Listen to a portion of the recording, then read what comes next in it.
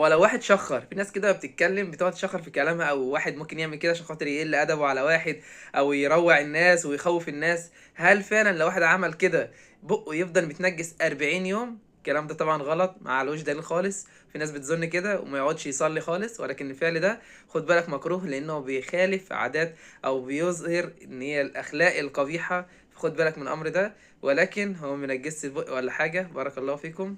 ما تنساش تشترك في القناة، والسلام عليكم.